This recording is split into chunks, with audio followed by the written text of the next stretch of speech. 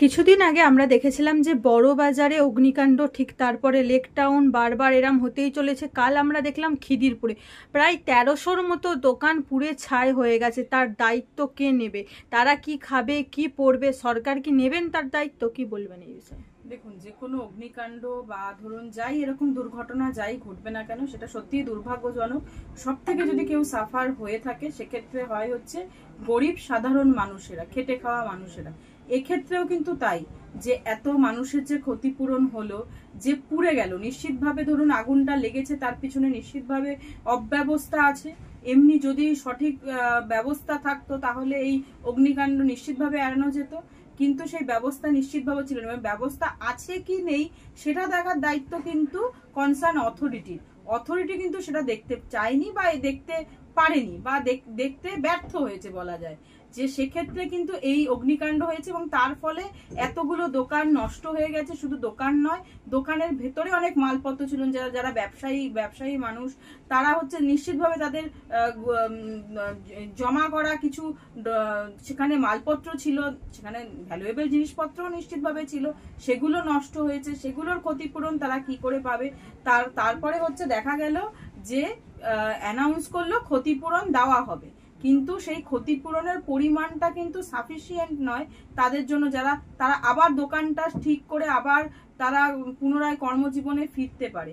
অর্থাৎ দেখা যাচ্ছে যে অথরিটি কিন্তু এখানে ফেল করছে, যে তাদের যে কাজগুলো ছিল সেই কাজগুলো করতে। প্রথম হচ্ছে অব্যবস্থা, দ্বিতীয় হচ্ছে যে যদি আগুন কোথাও লাগেও, এটা তো ঢিল ছোড়া দূরত্বে, এমন তো নয় যে প্রত্যন্ত গ্রামে বা অনেকটা কলকাতা থেকে অনেকটা দূরে, সেখানে সঠিক সময় যদি ধরুন দমকল পৌঁছে যেত এবং দমকল যদি সঠিকভাবে ব্যবস্থা নিত, সেক্ষেত্রে কিন্তু এই অগ্নিকাণ্ড এতটা পরিমাণ বাড়তো না, সেক্ষেত্রে ক্ষতির পরিমাণটা অনেকটা কমানো যেত। কিন্তু যেহেতু এখানে অথরিটি বা ধরুন যারা দায়িত্বে রয়েছে বলা যায়, তারা কিন্তু এই বিষয়ে গাফিলতি দেখিয়েছে এবং তার ফলে এত ক্ষতির সম্মুখীন হতে হয়েছে বহু সাধারণ মানুষের। আমি একদম আপনার কথায় আসছি। তাহলে কি মেয়র অর্থাৎ ফিরহাদ হাকিম ব্যর্থ তার যেই দায়িত্ব সেই দায়িত্ব পালন করতে? তার জন্যই কি আজকের এই ঘটনা ঘটেছে? দেখুন, নিশ্চিতভাবে উনি যখন দায়িত্বে রয়েছেন, উনি এবং ওনার সঙ্গে যারা কাজ করছেন, মানে ধরুন প্রত্যেকটা যে মেয়র পারিষদ বলতে পারেন, মেয়র তো একটা পদে থাকে এবং আরো অন্যান্য তার সঙ্গে যারা রয়েছে তারাই তো সবকিছু দেখেন, এবং মেয়র তাদের ওপর সুপারভাইজারি রোলটা করে। সেই সুপারভিশনটা করতে নিশ্চিতভাবে ব্যর্থ হয়েছে এবং তার অধীনস্থ যারা কর্মচারী রয়েছে তারাও সেগুলো দেখতে ব্যর্থ হয়েছে। ধরুন ঢিলছোড়া, কলকাতা থেকে ঢিলছোড়া দূরত্বে, ধরুন এত সামনে নিকটবর্তী জায়গায় এই পরিমাণ অব্যবস্থা, এবং তার ফলে কিন্তু এই ধরুন যে অগ্নিকাণ্ড, তার পরিণতিই কিন্তু এটা। প্রথমে তো অব্যবস্থা, যদি সেরকম ভাবে অগ্নি নির্বাপক ব্যবস্থা থাকতো, সেরকম ভাবে সঠিক আগুন নেভানোর জন্য যে জিনিসগুলো ব্যবহার করা হয় সেগুলো যদি থাকতো, যে কোনো ধরুন ব্যবসা চালাতে গেলে বা দোকান করতে গেলে কিছু মেজারমেন্ট অবশ্যই নিতে হয়, সেই মেজারমেন্টগুলো নিশ্চিতভাবে সেখানে নেওয়া হয়নি।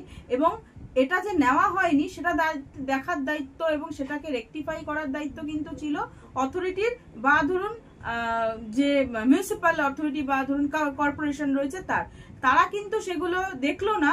তারা নিশ্চিতভাবে তাদের অন্য কোনো কারণ আছে সেগুলো না দেখার পেছনে, তারা সেগুলো দেখলো না। এবং তার পরবর্তী, এটা গেল প্রথম অব্যবস্থার কথা, তার পরবর্তী আগুন লেগে যাবার পরে যে ব্যবস্থাগুলো নেওয়া প্রয়োজন, ইমিডিয়েটলি সেখানে দমকল পাঠানো এবং ধরুন সেই যে আগুন নেভানোর ব্যবস্থা করানো, সেগুলো কিন্তু করতে ব্যর্থ হয়েছে। এবং আরেকটা জিনিস, একাধিকবার একটা শোনা গেছে যে অনেকে একাধিকবার পুলিশকে কল করেছে, 100 ডায়াল করেছে, সেক্ষেত্রেও কিন্তু সঠিক তারা রিপ্লাই পায়নি এবং সঠিক সময়ে ব্যবস্থা হয়নি বলেই অগ্নির পরিমাণ এবং ক্ষতির পরিমাণ এতটা বেড়েছে, এবং তারপরে সাধারণ মানুষ সেখানে ধরুন সাফার করছে এখনো পর্যন্ত। আমরা দেখতে পাচ্ছি যে একটার পর একটা ঘটনা ঘটছে, আর তারপর সেখানে মন্ত্রী থেকে বিভিন্ন উচ্চপদস্থ ব্যক্তিরা সেখানে যাচ্ছে এবং একটাই কথা বলছে, এটা একটা ঘটনা, আমরা অবশ্যই তদন্ত করব।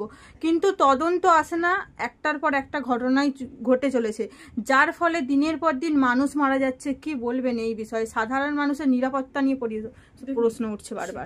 সেটা তো প্রশ্ন উঠছে, তার কারণ হচ্ছে প্রথমেই আমি বললাম তার একমাত্র কারণ এবং অন্যতম কারণ হচ্ছে অব্যবস্থা। যদি সঠিকভাবে সঠিক সময়ে অথরিটিগুলো কাজ করত এবং আইনে যে বিধানগুলো রয়েছে বা ধরুন যে মেজারমেন্ট নেওয়ার কথা বলা আছে সেগুলো যদি সঠিকভাবে পালন করত, তাহলে কিন্তু অনেক ক্ষেত্রেই অনেক দুর্ঘটনা এড়ানো যেত। বিশেষ করে এই আগুন লাগার মতন দুর্ঘটনাগুলো কিন্তু এড়ানো যেত। যখনই আগুন লাগে বা ধরুন এরকম ইনসিডেন্ট ঘটে, তখনই ওই জায়গায় পৌঁছে গিয়ে একাধিক প্রতিশ্রুতি দেওয়া হয়, পরবর্তীতে দেখবেন প্রতিশ্রুতিগুলো সম্পূর্ণভাবে পালনও হয় না। এই যে ক্ষতিপূরণের কথা বলে দিল, কিন্তু ক্ষতিপূরণ আদৌ পেলো কি পেলো না, আপনি যদি পুরনোর যে রেকর্ড রয়েছে সেগুলো যদি ঘেটে দেখেন, সেখানে দেখা যাবে অনেক আগুনের লাগার ফলে যারা ক্ষতিগ্রস্ত হয়েছিল তারা কিন্তু অনেক সময় সেই অভিযোগও অনেকে করেছে যে তারা কিন্তু ক্ষতিপূরণ পায়নি। অর্থাৎ ক্ষতিপূরণ তো অ্যানাউন্স হয়ে যায়, তারপরে ধরুন তদন্তের অ্যানাউন্সমেন্ট হয়ে যায়, কিন্তু তার ফলস্বরূপ কিন্তু আমরা কিছুই দেখি না। আলটিমেটলি কিন্তু দেখা যায় যে এই যারা সাধারণ মানুষ রয়েছে তাদের কিছু জনের প্রাণ যায়, তাদের পরিবারের সমস্যা হয় এবং আরো তো আর্থিক ক্ষতির কথা তো বাদই দিন, সেগুলো তো রয়েইছে, কিন্তু অনেকের প্রাণও যাচ্ছে। এবং সেখানে দেখা যায় যে এই অথরিটির গুলো নিজেদের ব্যবস্থা, ধরুন একটা ইনসিডেন্ট ঘটে গেল বা দুর্ঘটনা ঘটে গেল, সেখান থেকে শিক্ষা নিয়ে পরবর্তী যাতে কোনো দুর্ঘটনা না ঘটে তার জন্য মেজারমেন্ট নেওয়া প্রয়োজন। কিন্তু ওই যখন ঘটনাটা ঘটছে, যখন ধরুন এই বিষয়টি নিয়ে আলোচনা হয়, সেই সময়টুকুই তারা একটু নজর দেয়, বাকি সময় তারা আর নজর দেয় না, আবার সেই গাফিলতি গা এলানো ভাব, এবং তারপরেই আর একটা ঘটনা ঘটে যায়। এটা কিন্তু পুনরাবৃত্তি ঘটে চলেছে। এবং সেখানে ধরুন যারা রয়েছে তারা শুধুমাত্র প্রতিশ্রুতি এবং ওই বারবার তদন্তের রিপোর্ট কোনটা এসছে, কোন অগ্নিকাণ্ডের তদন্তের রিপোর্ট আমাদের জনসমক্ষে প্রকাশ হয়েছে যে এই কারণে এর গাফিলতির জন্য এই অগ্নিকাণ্ডটা ঘটেছে এবং তার জন্য এ দায়ী, এরকম তো কোনো ইনসিডেন্ট আমার জানা নেই। কিন্তু এখানেও এই একই ব্যাপার ঘটবে, নিশ্চিতভাবে তদন্ত করবে, কিন্তু সেখানে তদন্তের কোনো ফল আসবে না। ঠিক একদমই তাই। আমরা একের পর দেখে যাচ্ছি যে কিছু হলেই রাজ্য সরকার শুধু টাকা দিয়ে সবকিছু বন্ধ করে দিতে যাচ্ছে। বেঙ্গালুরুতে কিছুদিন আগে পদপিষ্ট হয়ে মারা গেল, তাদেরকেও টাকা দিয়ে তার তদন্ত এখনো আসলো না। অভয়াকাণ্ডেরও তদন্ত আমরা এখনো দেখতে পেলাম না। তারপরে আমরা পদপিষ্ট হয়ে দেখতে পেলাম যে কুম্ভতে, ঠিক তারপরেই এই অগ্নিকাণ্ড। এই স্থলে সরকার কি ঠিকভাবে কাজ করতে পারে না, শুধু টাকা দিয়েই মানুষের মুখ বন্ধ করে দিচ্ছে আজকের এই সরকার।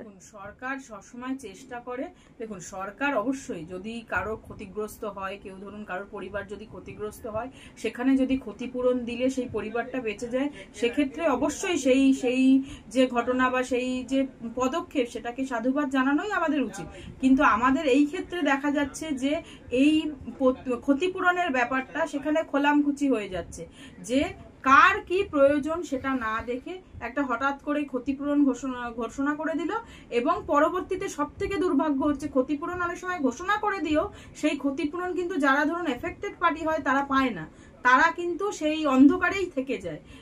অর্থাৎ এই ক্ষতিপূরণের নাম করে তাদের যাতে মুখটা বন্ধ করা যায় তার ব্যবস্থাই কিন্তু বারংবার ঘটে আসছে এবং এখনো তার প্রতিবাদ নাই। কারণ কি, তারা বলবে যে যখন তারা কিছু বলতে যাবে ধরুন মিডিয়ার সামনে বা ধরুন কোনো অথরিটির সামনে, যখন সে অভিযোগ করবে তখন বলবে যে আমরা তোমাকে তো ক্ষতিপূরণ দিয়ে দিচ্ছি, তোমার কি অসুবিধা আছে।